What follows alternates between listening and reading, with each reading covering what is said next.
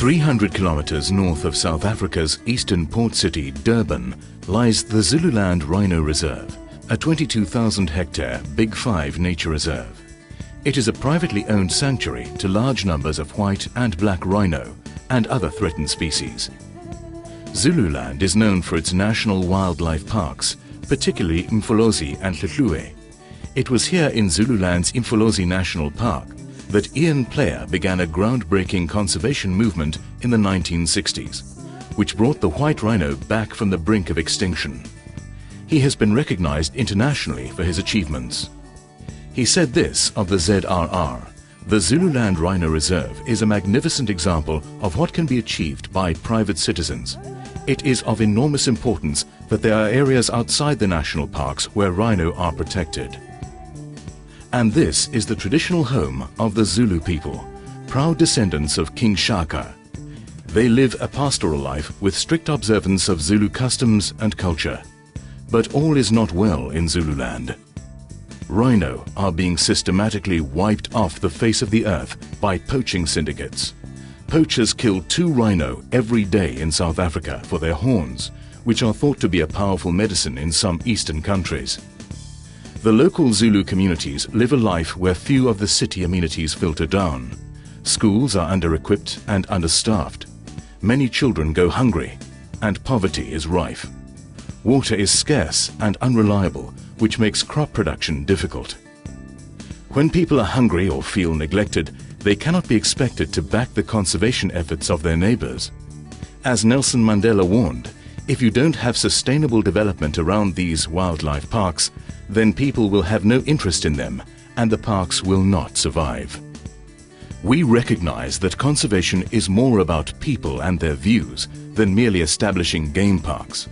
If local communities are left to degrade while tourists flock in for safaris without a sense of the rural deprivation, our Zulu neighbors, rather than being joint custodians of Zululand's wildlife, may become resentful. If a few members of the community decide to undermine our efforts, the international poaching syndicates will be quick to take advantage of the situation. Dr. Bandile Mkhize, the CEO of Ezemvelo KZN Wildlife, has supported and encouraged the Zululand Rhino Reserve's efforts to partner its local communities. He coined the phrase African conservation to describe the need for conservation and community development to go hand in hand. Hence, it is very important for communities to understand how conservation can work for them.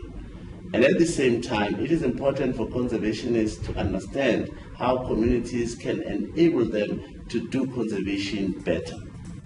Therefore, we have embarked on a program to uplift our neighbors who are in desperate need of health and educational facilities, reliable water sources, and jobs.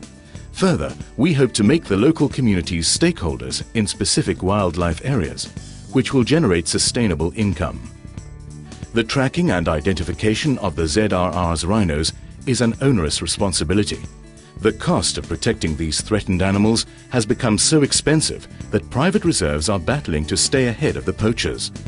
We spend more than 250,000 rand a month to protect our game, and this money comes from private owners without assistance from the government. This group of teenagers from the local community school have joined rangers in the ZRR on a rhino immobilization exercise. The animal will receive implanted ID chips and have its ear notched for field ID.